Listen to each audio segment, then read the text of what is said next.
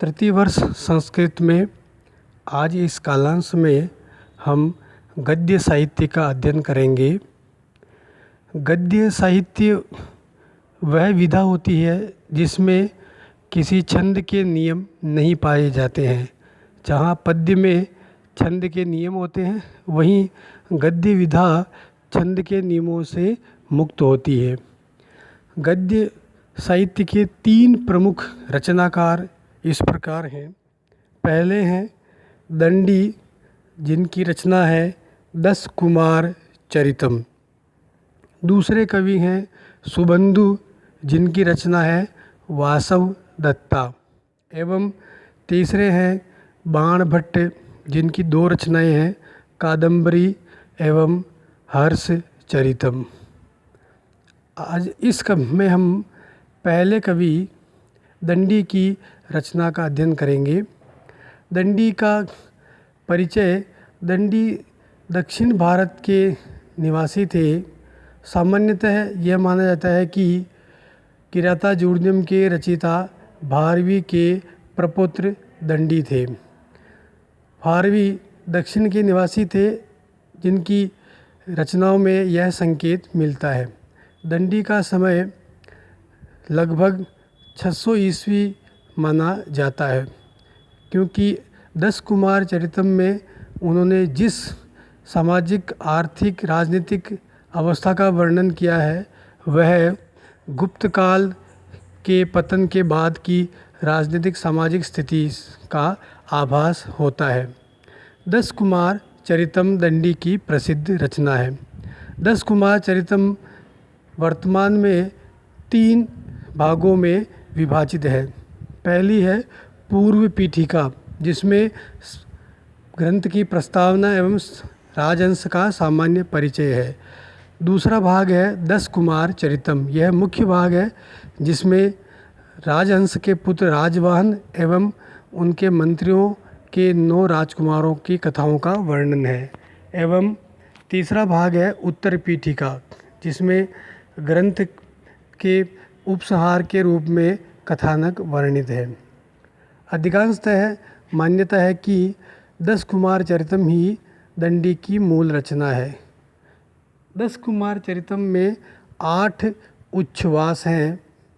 इस 8 उच्छ्वासों में मुख्यतः 10 राजकुमारों की विचित्र घटनाओं का वर्णन है। इसका सारांश इस प्रकार है कि राजहंस के पुत्र राजवाहन एवं राजहंस के मंत्रियों के 9 राजकुमार, कुल 10 राजकुमार युवा होने पर बिछुड़ जाते हैं एवं अपने अपने क्षेत्रों में विभिन्न कार्य करते हुए पुनः मिलते हैं और सभी अपनी घटनाओं को बताते हैं। अंत में सभी को राजा अपने राज्य को सौंप करके और वो वानप्रस्थ आश्रम में चले जाते हैं और अंत में सभी राजकुमार उचित नीति से अपने राज्य का शासन करते हैं। 10 कुमार चरितम का सामान्य परिचय पढ़ लेते हैं।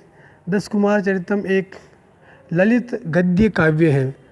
इसकी भाषा सरल, मधुर है और इसमें अलंकारों की बोझिलता नहीं है। इसमें जो रचनाएं हैं वो विचित्र हैं और इसको धूर्तों का रोमांस भी कहा जाता है। इसका कथानक जटिल भी नहीं है। इसका कथानक सरल इस प्रकार है कि एक बार मगध के राजा राजहंस अपने शत्रु मालवा के राजा से मानसार से युद्ध में हार जाते हैं और पराजित होकर राजहंस को विंध्याचल के वन में शरण लेनी पड़ती है। उनके मंत्री भी वहीं रहते हैं। उन मंत्रियों के 9 राजकुमार एवं राजहंस के एक राजकुमार राजवाहन वहाँ पर बड़े होते हैं।